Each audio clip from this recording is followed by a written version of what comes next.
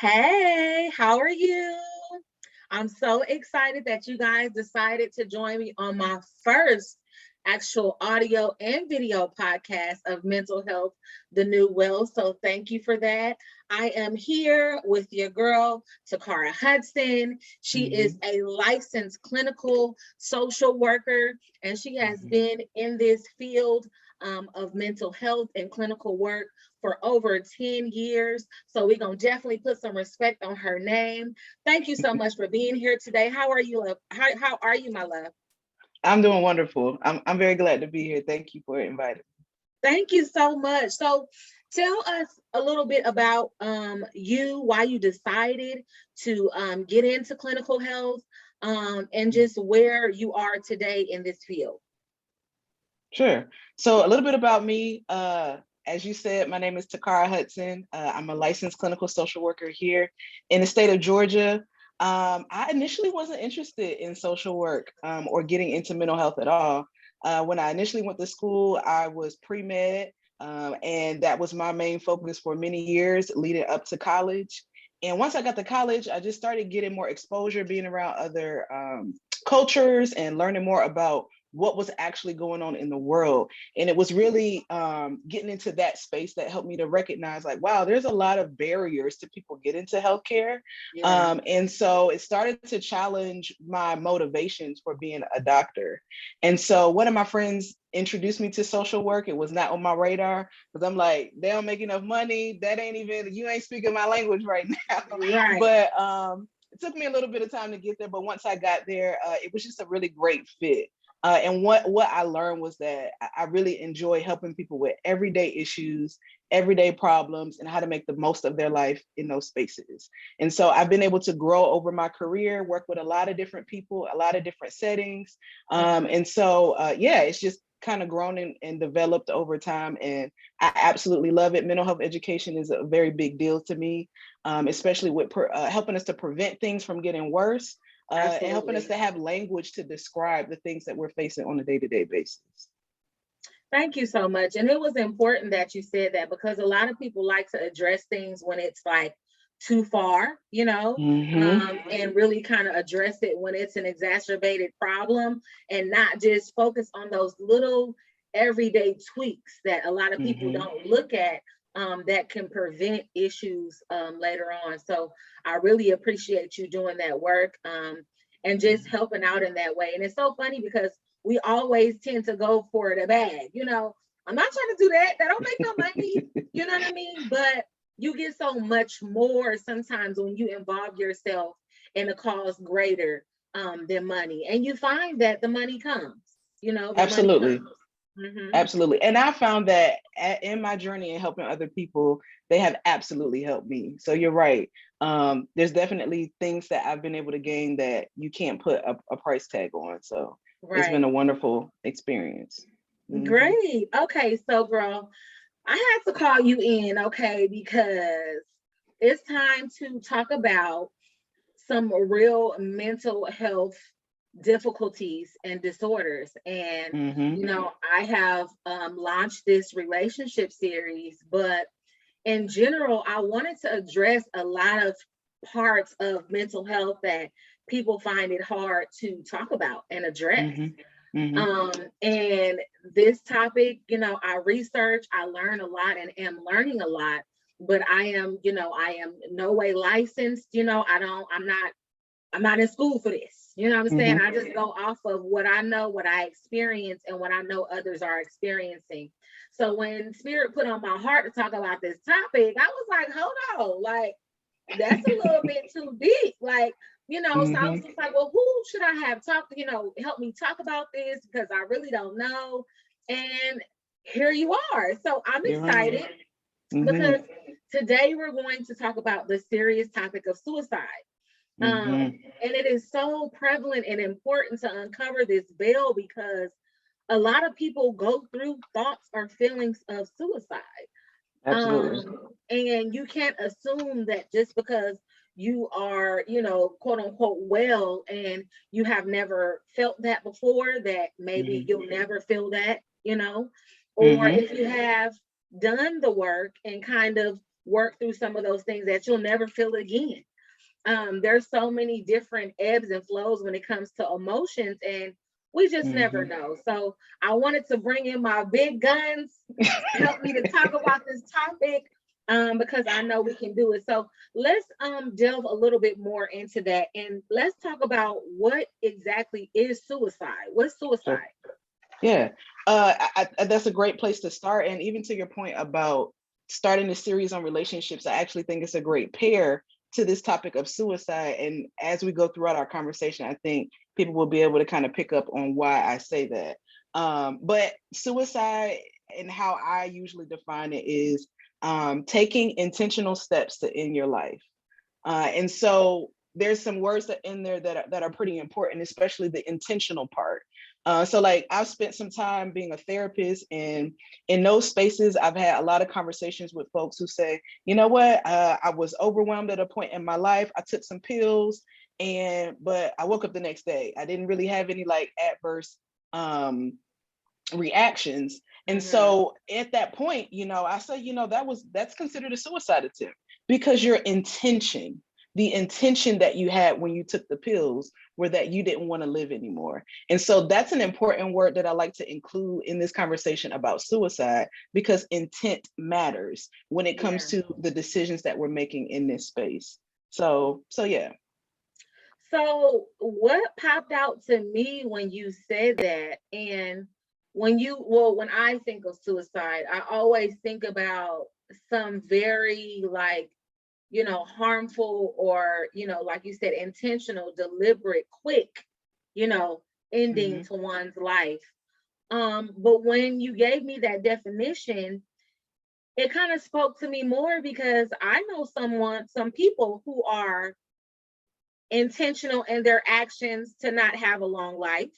And it might not necessarily be quick. Yep.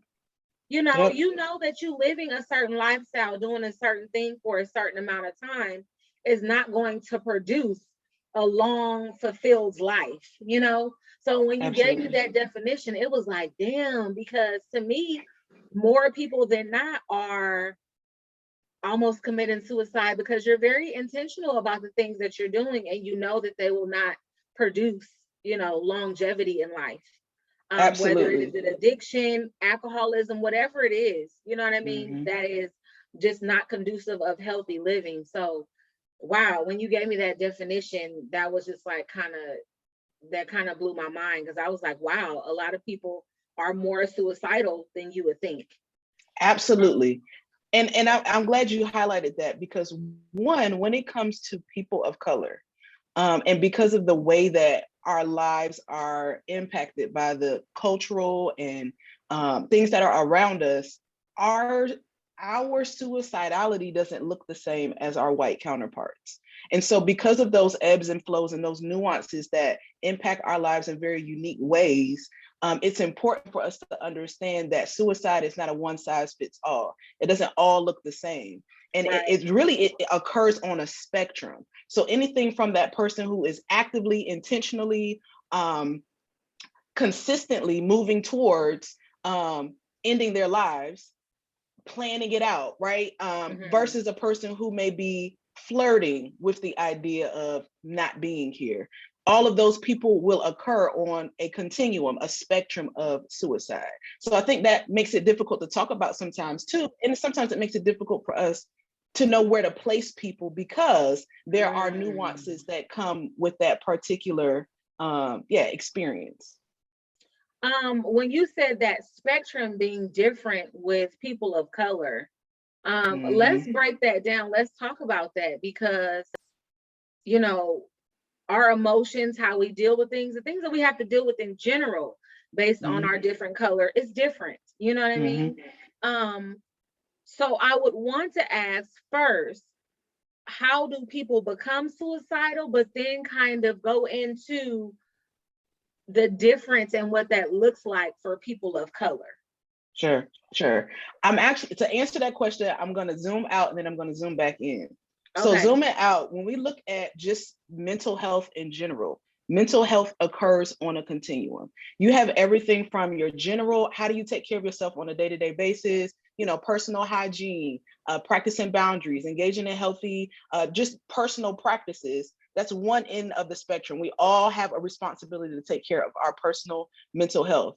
And then you have that end of the spectrum all the way to someone who has a chronic and persistent issue, to the point where they would qualify for having a diagnosis of a mental illness, right? And so when you get into that space, we're talking about bipolar and schizophrenia and major depressive disorder. We're talking about symptoms that are occurring on a chronic basis that will qualify as being diagnosed. And so there's a spectrum here when it comes to mental health. And in the same way, right, there's a spectrum when it comes to suicide, as I just described a minute ago. When it comes to why we become suicidal, it is a word that I want to make sure that people like stick to and put in their back pocket is hopelessness. Yeah. A person who is suicidal is a person who has lost hope. A person who doesn't feel like there's anything that's going to change, a person who feels like there's no way out of what they're experiencing. And so that person comes to a conclusion many times that maybe it's not worth them being here. Maybe they're more of a burden of being here. And so hopeless is a really important word. And so when you take that word and you consider the things that contribute to people who look like us being hopeless, right? Whether that's affordable healthcare, being able to have access to resources of being able to take care of themselves, housing. You're talking about the basics that we need in order to function on a day-to-day basis. And when that is too cumbersome for us, then we can easily slip into a place of hopelessness. Chronic health issues, death in our families, these life experiences that are difficult in and of themselves, but are exponentially more difficult for us because they occur more frequently in our interactions. And so those things are adding to us feeling hopeless. Yeah. So those issues, the things that are attached to those issues contribute to that experience for us. And so when you look at how our society thinks about these things, or the fact that they don't think about them or don't even seem to care about them, then we have some issues. It creates barriers for professionals even to understand. Absolutely. People who don't look like us to understand, like, wow, this issue of getting dental care is contributing to their hopelessness. This issue of having adequate child care is contributing to their hopelessness. They don't know how to connect those dots many times, but for us, they are connected and they contribute to us being suicidal. And that's important to understand, because those different facets, and I hate to say this, but just us as a culture in general have to do so much work in balancing that feeling of hopelessness, disparity, not feeling like we can get from up under, what we have been oppressed by. And it's not like this imaginary thing. This is something that we have to deal with on a regular basis, just the disproportionate lives that we have to live sometimes. And even if we are doing quote unquote well for ourselves, the pressure, to maintain that and to keep that up, and especially during this pandemic. So like you were saying, even the hopelessness, and then coupled with a national pandemic, like that's major in itself. And it's interesting to see, from the psychological lens of what we have to go through versus our counterparts. Right. You'll go through certain levels of suicide, but them getting to that point might not look like that. You know what I mean? Yeah, it might be pressed by more different facets of maybe anxieties and pressures, but not so much hopelessness, disparity as we feel in our community. So that's very powerful. So now that we understand basically how that's connected, especially with people of color, how do people, or why do people become suicidal? I know you were saying the hopelessness, but like, is it to where a person just feels so down that they can't? Because I know, I'll use myself for an example, right? We all have bad days, I'll have maybe even a bad week. But there's something Mm-hmm. that clicks after that that is like, okay, come on, sis. Like, you've had a bad week. Let's dissect that. Mm-hmm. And just using some of the things that, I try to use to kind of break out of that.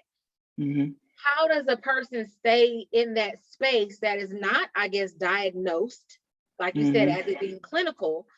Mm-hmm. How does a person stay in that space to where, you start making actual actions to go ahead and carry things out? Sure. I actually think an important thing that you said at the beginning of our time was you taking time to learn, right? And so learn and become aware of what's happening in when it comes to our mental and emotional health. That education is the number one prevention. It helps us to be aware of what the problems might be, when we should get some help, where we should go to get some help, or if we were to interact with a person to know how to move a little bit better than a person who doesn't have that education.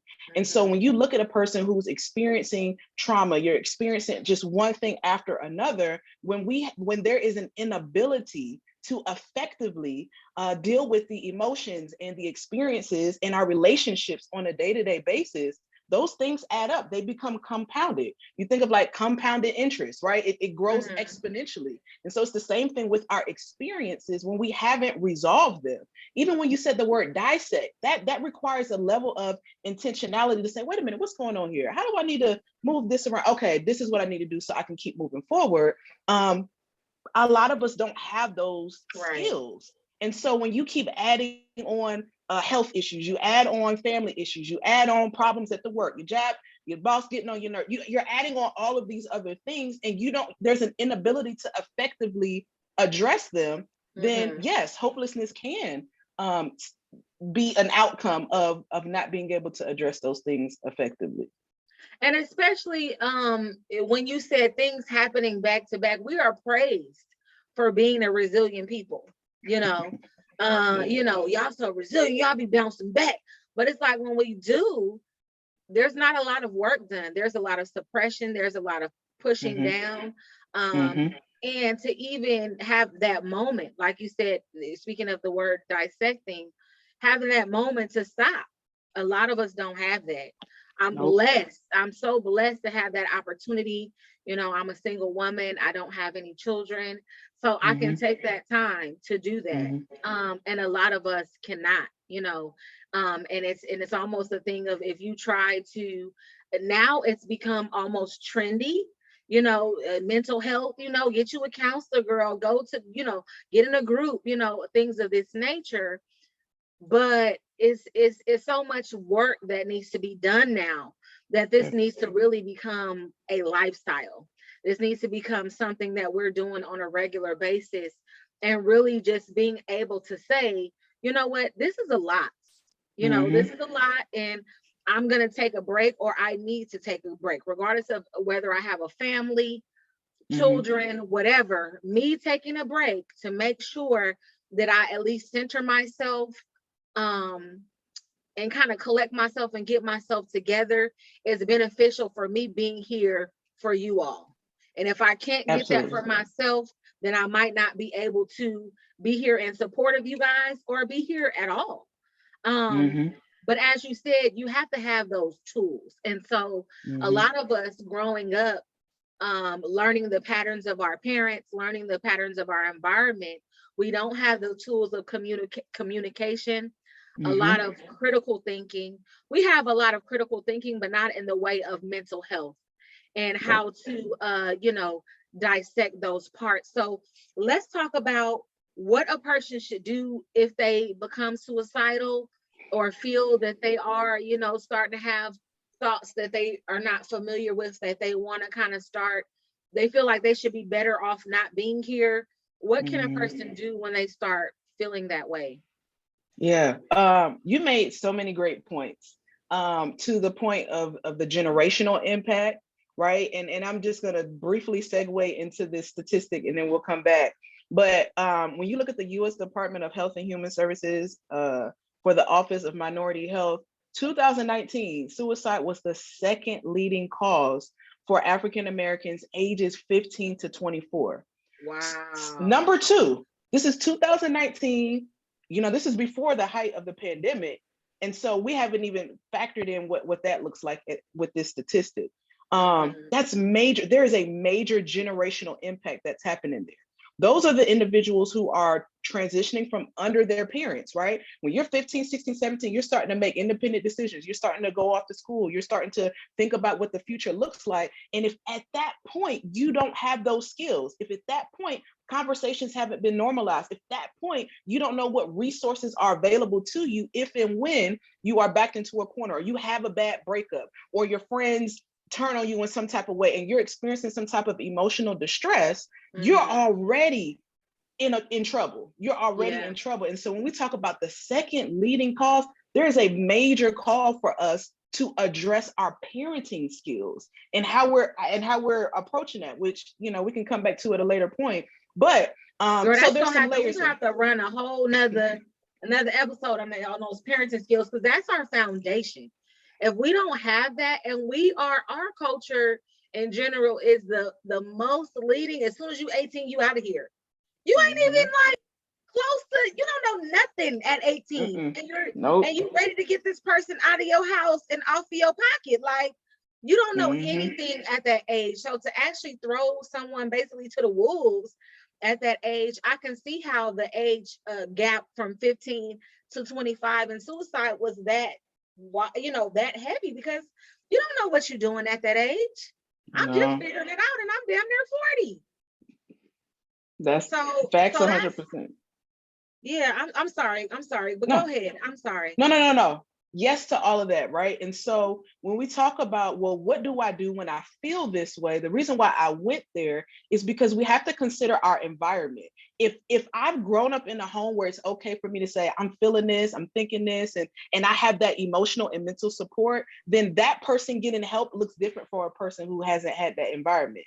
That person who can go to a family member, go to a friend where some conversations have been had and some things have been normalized, then they can advocate for themselves. They can reach out for help and even prevent things from getting to the point where they are seriously suicidal, versus a person who may not have those outlets, right? You're really kind of like on the mercy of whatever the state or the government provides as far as resources for people who are in those spaces. In the state of Georgia, we have the Georgia Crisis and Access Line.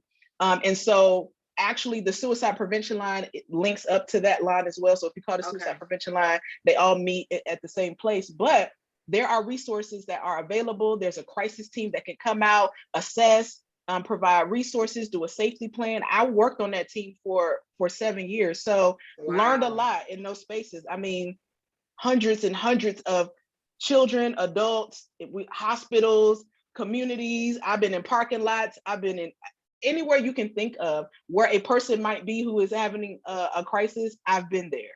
And so that person is kind of at the mercy of what is available. And so if I am intentional about taking care of my mental health, or at the very least being aware of what resources are available to me from a local standpoint, then I'm in a great position to access that support if and when I get to a point where I'm not sure if I want to be here anymore. Many times it sneaks up. It's a gradual progression to a person getting to that point, right? Grandma passed away, and then my mama got sick, and then my daddy had cancer, right? And so there's this gradual thing that takes place. And so usually it's best for us, when there is one occurrence, to go ahead and start saying, okay, where am I at? What's going on? What do I need to do? So that compounded experience doesn't crush us at a later point in time. Yeah. And that's, wow. This is just, girl, we're definitely going to have more of these, because this is just, it's so much to unpack, and there's so many facets that, like you said, it looks different. It looks different for everybody. So basically, just to reiterate what you were saying, when a person is, feeling that way, to make sure that you kind of tell somebody and let someone know.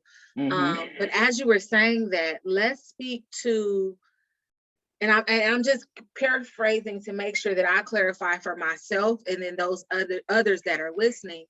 If you do not have that support system, that structure to say, okay, I can help you, I'm a listening ear, I'm here for you, then you can just go ahead and call the suicide hotline, and they will give you assistance in that way. Yep. And are there levels to suicide? And what I mean by that is this particular, or hypothetical person we're speaking of now wants help. You know what I mean? They maybe try a parent or try a loved one and that didn't work. So they're willing, to call the hotline because they really do kind of understand that maybe these thoughts are kind of unfamiliar and they don't want to follow through, even though they're feeling like they should, they don't want to. Let's speak to the person that don't want to call. Don't want to talk to nobody. There was this person that I knew, a close friend of mine. She said she had a coworker. She said the coworker was very sweet, always very kind. They were on lunch break or something like that. And he spoke to her, gave her a hug, they had their normal camaraderie conversation. And he left and he killed himself on his lunch break, you know what I mean, at that time. So like, I guess let's speak to that, or at least shed some light on the person who might not feel like going through the channels to do that. Sure. I mean, the truth of the matter is you can't help a person who doesn't say something. If you're completely oblivious to what may be going on with a person and then they don't say anything, you might not know. That person just might end up in a very unfortunate a part of these statistics, right? That we talked about. But there are some behaviors that we can, because sometimes people, right, our loudest mode of communication is our actions, right? And so sometimes people might not verbalize what's going on with them, but they're acting strange, they're distant.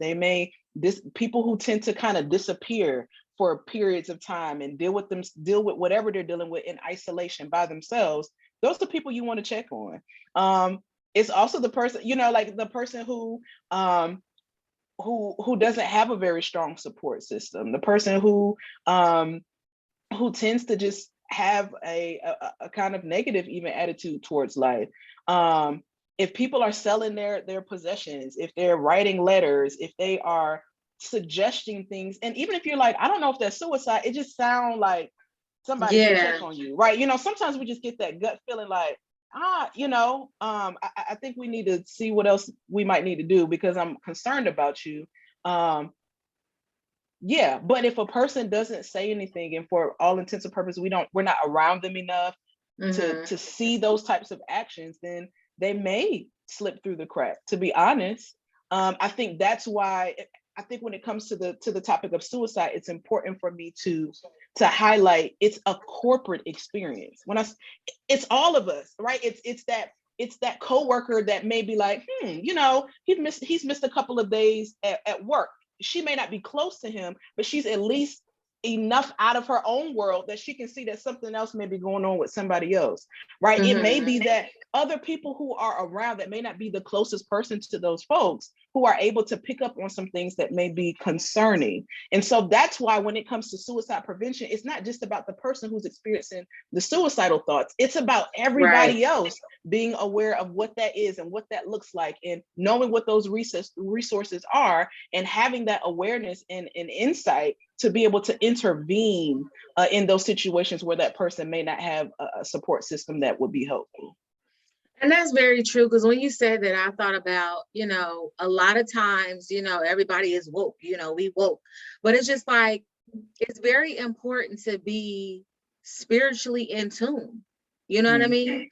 To do enough of the work to be balanced enough to where you have emotional centers that are feeling of others, You can check the room, you can check the vibe. Somebody might not necessarily say, girl, today was real hard. But if you notice a shift, like you were saying, like if you notice, or sometimes you might not even notice anything, but if you're quiet and you've worked on your spirit enough, your spirit will be like, something ain't right with that person, You might not need to necessarily be on their business or, but just a stern hug, a strong hug and a look in the eye, like, how you doing today? You okay? and we take those things for granted. We kind of, Yeah. how you doing, and do it in passing, never really waiting for the answer or the response. Mm-hmm. And really just working on being a kind person. I'm not saying being necessarily nice. Mm-hmm. I'm not nice. I'm not. I'm not, because it's not for someone else, but I'm a kind individual. You know what I mean? Mm-hmm. Like, Mm-hmm. and it's about being kind. It's about speaking. It's Mm-hmm. about complimenting. Mm-hmm. And I was telling my friend that the other day, just something small, and not to say that you complimenting on someone's appearance, or, you making a mention on how polite someone is, that might be something little to you, but that Mm-hmm. might be major to somebody who feels like they shouldn't even be here. Yeah. That's letting them know, even just off of, I just love your personality. You're so polite. You're so beautiful.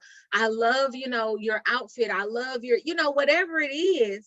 Mm-hmm. These things can sometimes indirectly talk people off the ledge, so to speak, Absolutely. and Absolutely. just those places.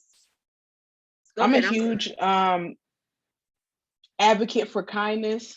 I think for many reasons. My personal spiritual beliefs, the things that I've seen in my career, and how far kindness goes. Because you don't know what's going on with a person. And sometimes people tell us and we still don't know, because we don't listen very well. We don't have good communication skills. And when you consider like our environment, where we spend so much time in our phones, we're so much in our own world, it's all about what we have to do. We're in a rush, we're hurrying, going over here. We don't slow down enough. And there were two words that you said earlier that clicked with me when you talked about taking a break, so pausing, resting, and the word lifestyle. And those are things that I speak to my clients about creating a lifestyle of rest and a lifestyle of pause. Whether you got 17 kids or you don't have any, whether you got 12 jobs or you only got one, it doesn't matter. Having a way of consistently slowing down and saying, what's going on with me? What's going on around me? How do I stay connected? Right? Because we disconnect very easily. I could be on my phone 45 minutes playing Candy Crush, and I'm always stuck on a level and they drive me nuts, right? So it's easy to get, it's easy to be in our own world. And so we have to intentionally resist that desire, right? Because culture is going to drag us into our own little bubbles. We have to intentionally resist that by being connected. And that could be as easy as, you said, somebody walks by, you're like, girl, you wearing that dress? That's cute. I really like that color on you, or whatever. Like, staying connected with the things that are happening around us helps us to be able to be available to support a Yes, person who might be going through something. And so a that lot of us are availability. unavailable, right? And so we're not able to help as much as we could. When you even said unavailable, and I really want to speak to you about, because we are talking about how suicide affects us and how it affects us in our everyday lives, but I really want to kind of talk about how suicide is connected with mental health, Mm-hmm. because they're one and the same, but they're separate. You know what I mean? Mm-hmm. Mm-hmm. Um, and you were talking about the different levels of being clinical.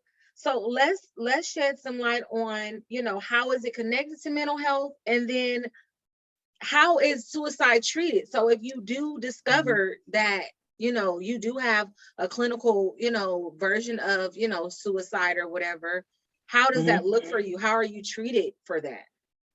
Great questions. All right. So, yes, when it comes to mental health and its connection to suicide, I think many of the things that we've been having a conversation about today help to shape that for us. When we talk about everyday life, and I think part of what makes the connection between suicide and mental health may be hard for some people is that we really don't know what mental health is.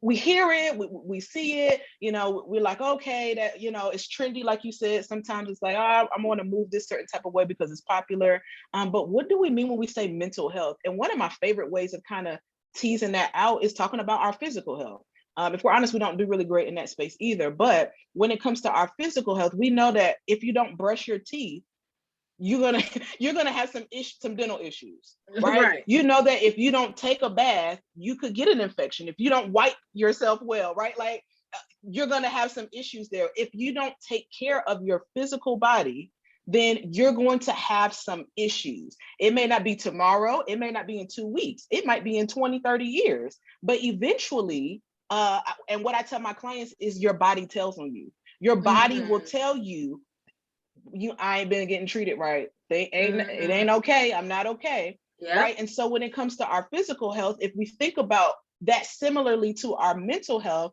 like there's a need for us to have maintenance.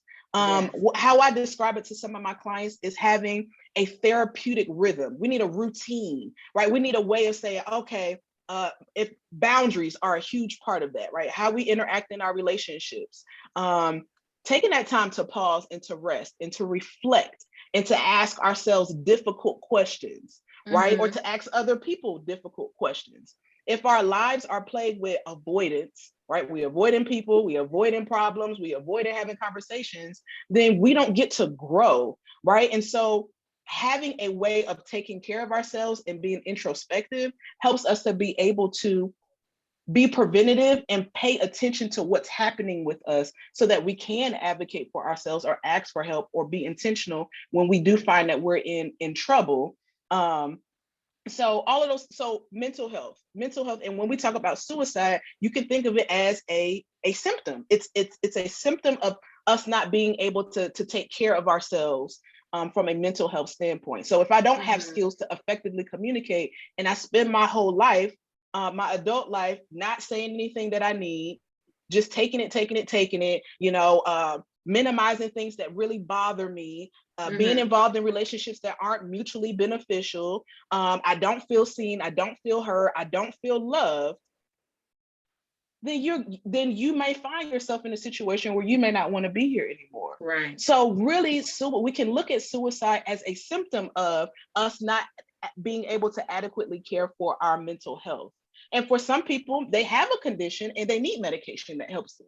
They need therapy that may help them. There's a lot of different interventions that may help in that space, but it's a symptom. Just like you could say for physical health, diabetes. For physical health, you could, right? Like similarly, if I'm not taking care, eating well and exercising well and taking care of my body, then I'm going to develop some type of condition. And if right, and so that's one way to kind of shape that mental health and suicide connection. That's perfect. And it puts it in great relation because like you said, it's the almost like the last step before it goes really bad. Like you said, when you're not caring for yourself, it will tell on you in that way. When you are diagnosed and you do go and they tell you that you have are diagnosed with suicide. Is it diagnosed with suicide or what is it? It's like a symptom. It usually hangs out with depression. Anxiety can hang out over there too. And so it's an experience. It's not like a diagnosis, but it's commonly associated with depression and it can be associated with anxiety. So too. Since you said it in that way now, it's really helping me to understand and maybe can help the viewers and the people who hear this later on too. On Mental Health and New Wealth, we talk a lot about vibrations and calibrating your vibrations and who you're around and what you surround yourself with, what you listen to, what are you feeding yourself? And like you were saying, so far as your physical, what you are feeding yourself. You can't say that you want to be in optimal health and you're not feeding yourself life food, So in turn, when you said that, it kind of rung true because like you said, anxiety, depression, these things are the friends or the things that accompany suicide. You're not really going to have those feelings of suicide if it's not accompanied with one of those things. Or, like you said, hopelessness, disparity, these lower level vibrations. And so it's very important, like you said, the routines that we have. You know what I mean?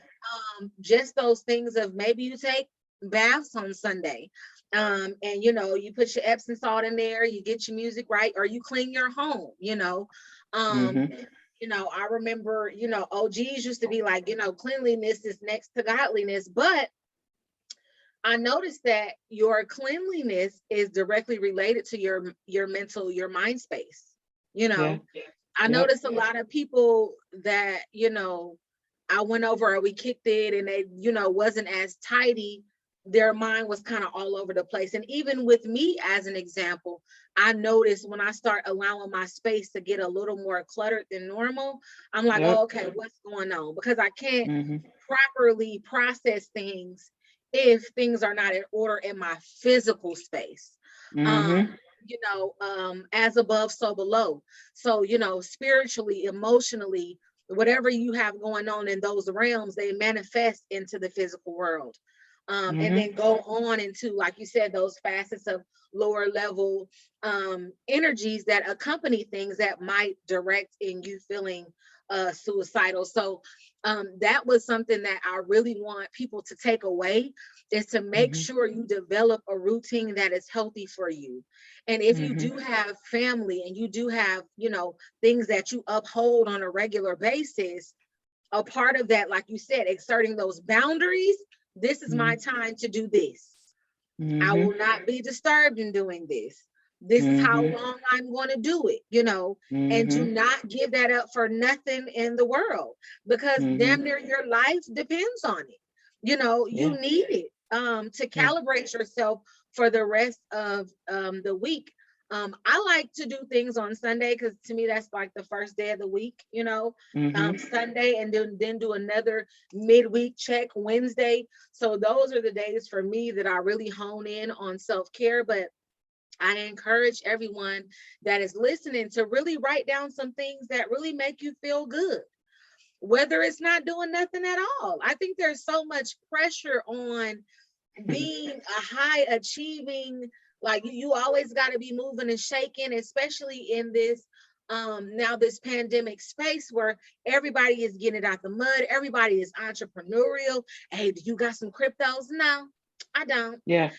Every time I try to learn about it, it stresses me out. So when when it's time for me to do these things, I will, you know what I mean? And just Sure. learning that you don't have to be everything for everybody all at once. A lot Yeah. of people, is pouring into other people's cup with the misconception that if you have, some water in your cup that you are able to pour. No, ma'am. Your cup needs to be full for Mm-hmm. yourself and Mm-hmm. overflowing. Yeah. If your cup is not overflowing, you have no business and no space pouring into nobody else's cup. It's not Yeah. okay to just have a full cup, because if I pour Mm-hmm. into you and I only got a full cup, then I'm left with half. You know, Absolutely. and And so I just think really, oh, go ahead. I'm I was just going to say that entrepreneur part that you mentioned is huge. And even to bring some personal transparency to the conversation, right in the middle of the pandemic, I transitioned to being in my private practice full time. And it was great, all the things that people love about being an entrepreneur. You set your own schedule, blah, blah, blah, blah, blah. But the pressure of that on top of what's Mm-hmm. happening in the world, it led me to go back to the workforce. I Mm-hmm. literally am about to start a job going back. I still have my practice and doing some things part time, but I had to do that. And then I had to communicate that to my clients. I said, listen, we spend time talking about mental health all the time. And for my personal mental health, this is the decision that I had to make. Right. And Yes. so it's different for each person. Maybe you just was at a terrible job. Maybe you stayed too long. You should have went a long time ago. And so there's some personal responsibility and accountability that come into that space as well. But it's different for each person. And when you talk Mm-hmm. about taking care of yourself, it doesn't have to be elaborate. It doesn't have to be expensive. It doesn't have to be over the top. It's probably something you shouldn't be posting all the time anyway, because if you're active, if you're present with what's going on with what you're doing, then you don't have time to post it. Say Right. that And again. so Say that again, because people don't, say that again, because people don't understand. And like you said earlier about being present and available, like you can't be Mhm. available if you're trying to get the shot right, or you got to post your food every time. It's just like you can't be really in that moment if Right. you're making sure it's a postable thing. And we live in Yeah. that society that, oh, like if you didn't post it, it didn't happen. Like, no, it's happening. Mhm. And I'm living well Mhm. and I'm taking care of myself. And I don't have to post it online to make sure that you know it. Absolutely. And even to add to that as well, um, being sensitive to what season you're in. And I think sometimes we're stressed and we're overwhelmed and we're tired, and we're stretched too thin because we're not sensitive to what season, what do I need to be doing now, right? What sometimes our relationships have ended and we need to move on. Sometimes those jobs have ended and we need to move on. Sometimes things need to change in our lives, and when we don't have the skills, right, to effectively deal with life changes, then we're fearful of doing something different. You may be the only person in your house that has a self-care routine. You may be the only person in your house, listening to your playlist while you painting your toes. You might be the only person in your house doing that. But being sensitive to your personal needs and taking care of those things, regardless of what other people see or don't see, or regardless of if they agree or don't agree with what's going on. And so being sensitive to that, right? There was a time period when I needed to be an entrepreneur, learned a ton, amazing experience. Then there was a time for that to change. And I had to be aware, be attentive, be present to what was changing in my personal life to say, hey, there's somewhere else that I can serve. There's somewhere else that I could take what I've learned and share this in the community in a specific type of way. And when we aren't attentive and responsive in those spaces, we're not just the only ones that's missing out, but the other people that should benefit from what we're doing Yes. are also missing out. Yes, I just really appreciate you shedding a lot of light. You gave me some game. Okay. I'm new in the mental health space, and I did not know that April, y'all, is mental health or alcohol awareness for mental health. Mm-hmm. And I didn't Mm-hmm. know that. So, I mean, wow, it's just something for everything. So I need to do some more research so I can be up on that. But let's talk about how our crutches, our vices, the things that we do. Because when you told me that, I was like, for real? It was so crazy because now I really don't like drink hardly at all no more, right? But there was a time when it was just social. And then it got more than social. And then it was Yeah. just like, oh, sis got to have a drink every day after work because, woo, it was a long day. But if it's a long day every day and you drinking every day and you clearing out a bottle every day, starts to look at that trash can like, damn, that's a lot of bottles. Like, And your pocket. Right, exactly. So it's like these things, these crutches creep up on you because you're not doing the work to fill them with something. You have to fill it with something. You have to. So either you fill it with meditation, rest, like you said, a good self-care routine, or maybe you might fill it with alcoholism, sex, or other addictions. So let's talk about how alcoholism in general affects suicide. Woo. Yes, let's talk about it. So I think and it's interesting because even from the academia side, mental health and substance use are treated separately. It's really odd. Like I had to take electives in substance use. It wasn't something that was like built into the core of my mental health. Yeah, it was not. It was not. I graduated some time ago. I don't know if that has changed. But for me personally, both of my degrees, it was not a part of that experience. Now, when I got into the clinical side and my experience allowed for me to learn a lot, but that was like in the streets. That wasn't, in school. And so, so for many professionals, they may not be as in tune with the fact that those things are connected.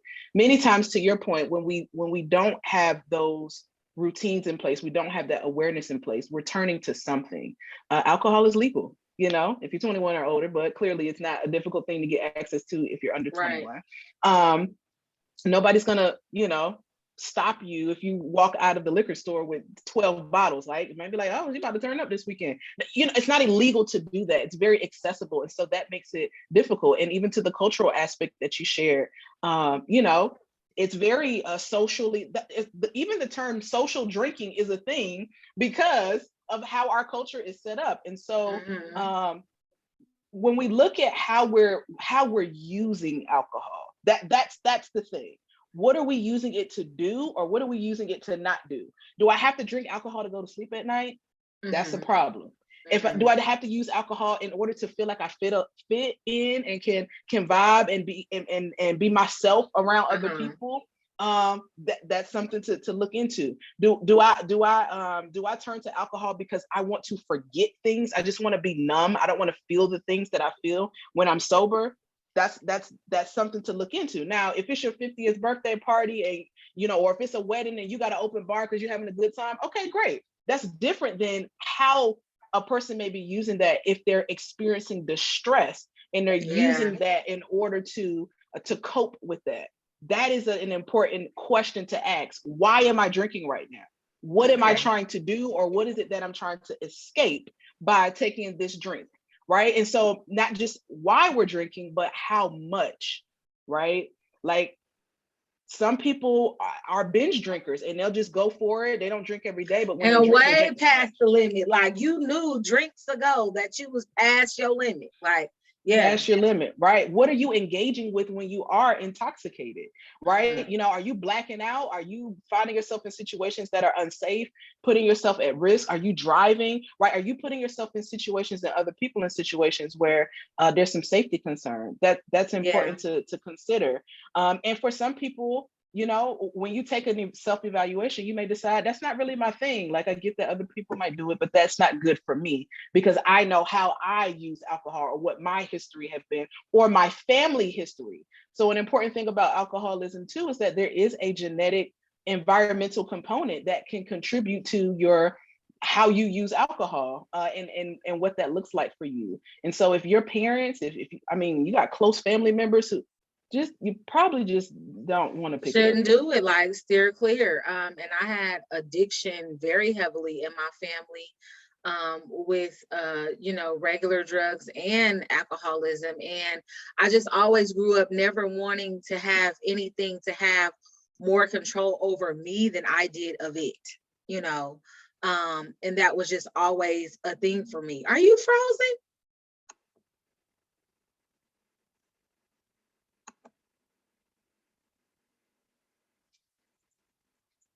Something just happened.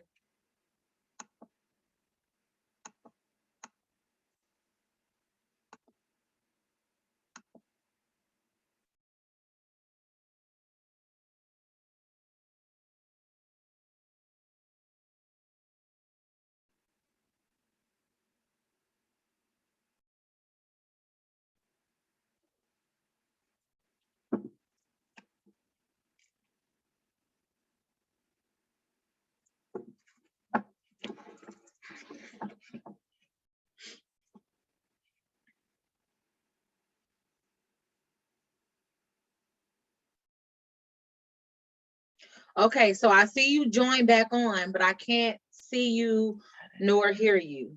There we go. Can you hear me now? There we go. Girl, you was striking up my abandonment. I was like, she left me. Why you leave me like that? Like, no, I don't know what happened. I went to check and see if it was my internet connection, but we're back recording, so we're good. But you mentioned, So I was just saying that I never wanted, because there was addiction in my family, is addiction in my family. I never wanted anything to have more control over me than I did of it. So it was years that I, smoked, marijuana, drunk and everything like that. But when it got to the point where I'm like, okay, this is starting to become something that I feel like I must do, then I was just like, I don't want to participate in like that. So, and I thank God that I was strong enough to like cut cold turkey in those circumstances. A lot of times people are not able to do that. And it was just really more so I listened to my body and how I feel, and once I start feeling worse, than what I wanted to feel, then this is not helping. Me drinking to this level is not helping. Me smoking to this level is not helping. It's not making me feel alive and vibrant. So it's something that I need to discontinue. And then so that's also, important for people to understand it. Just use your body as a gauge. I'm not saying that you have to live this stoic life and do nothing, but try to develop better habits with crutches, because when you deal with spirits and things of that nature, it allows you to be able to be susceptible to different vibrations, energies that are a lot of times lower. You're not getting higher, you're getting lower. And even if you are participating or taking something that is a upper, your cognitive skills and the things that you need to function on a regular basis and be reasonable about things, a lot of times are altered and impaired. um Absolutely. so yeah, it's really important to do that. Okay, so we talked about pretty much everything so far as the basis of what suicide is, and we definitely will break this down in different categories and just really get into the meat and potatoes of the different facets of suicide. um what else do you have to give us, or any nuggets that we didn't cover regarding suicide that you really feel is important for us to know? Yes, let me pull out my little nugget sheet right now. Okay, I, nugget shit, y'all. I like to leave people with something they can do. And some of this will be kind of summarizing some of the things that we talked about, but I want to make sure that folks really kind of are hearing what's going on. Normalizing mental health and mental health treatment in our daily conversations is a very active and practical way that we can help prevent suicide. Very, very, very practical. And so if you start where you're at, you start with your circle, you start with your friends, you start with your sphere of influence, to start having these conversations and normalizing will help people to not feel shame in reaching out, because that is what silences people. The shame, I don't want you to think I'm crazy, I don't know what's going to happen. The fear and the shame that's associated with suicide really is what allows for people to continue to suffer in silence. So the more out loud you are, the more comfortable you are, then it helps other people to see you as an ally, to see you as a support, to see you as someone that can help get them to where they may need to get to if they're in trouble. We talked about parenting practices in general. I definitely think there's a lot to be said. That's going to be a whole one by itself. Yes, it is. But one thing that I do want to attach to that is this. What I tell people as far as parents, the best thing that you can do as a parent in preventing suicide with your youth, especially if they fall in these categories, is to take care of yourself. Because when you take care of yourself, you're dealing with the generational things that you're bringing to your parenting. You're dealing with the communication issues that you're teaching your children to do. yes. You're able to be more aware and intentional and attentive to Johnny. Little Johnny might be acting out because he got something else going on. It may not just be hormones. It may not just be, teenage, whatever. It may be that Johnny got some things going on. And if we're not attentive with ourselves, then we don't know how to do that and demonstrate that for our children. And so and if you're someone who doesn't have kids, then as an auntie, as an uncle, as a sister, as a brother, you can absolutely do that as well. Boundaries are huge. Boundaries are huge when it comes to suicide, because usually what leads to that despair, that leads to that point where people are like, I don't want to live anymore, is because they've been disappointed in life. And when we've been disappointed in life, it's because we have had expectations. And when we haven't dealt with what is causing us to have certain expectations in our relationships, then we may find that I haven't practiced good boundaries. So my despair has been fed from my disappointment. That is the result of me not having good boundaries in place because of these expectations that are telling on me in that space. So major there. We talked about self-care, which is big. And I think also for especially if there's any of our white brothers and sisters that may listen to this, it's important for you to know what's up too. Like, we need to know what's up as far as people of color. What is it looking like in our communities? But as a friend and family and colleague and co-worker of people who don't look like you, being aware of what's going on in their communities and how it's impacting them is important as well.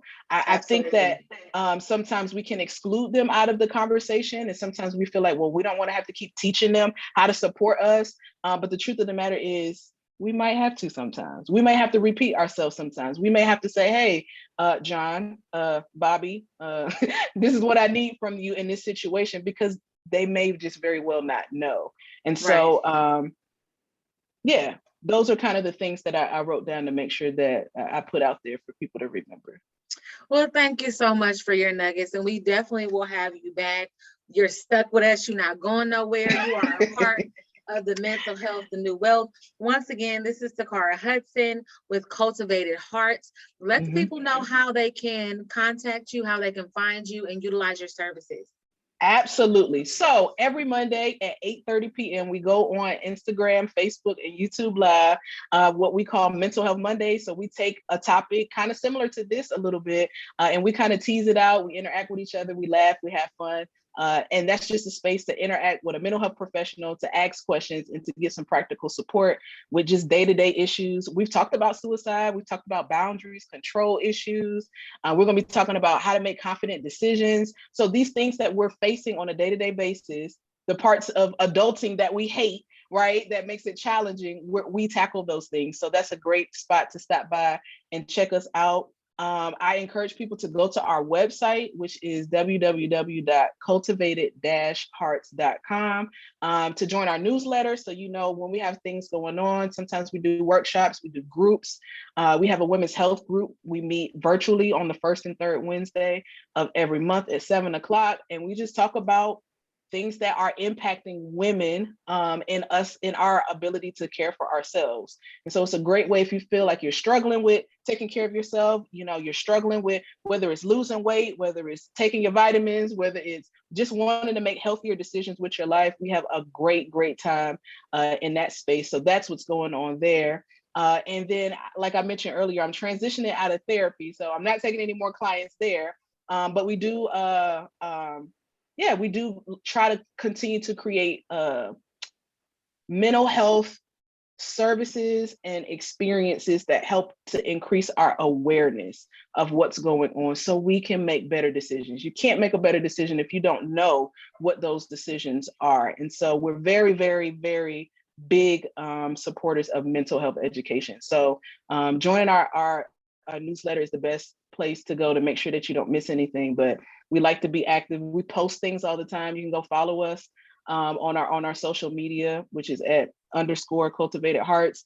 We're posting stuff all the time about all kinds of stuff. So those are some places where you will find us. We like to stay active, and we would love for any of the people that you interacted with to come stop by and hang out with us sometimes. Absolutely. So there y'all have it there. It is www.cultivated-hearts.com.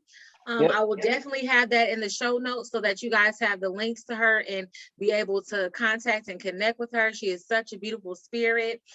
Thank y'all for tuning in to this week's episode of Mental Health, the New Wealth.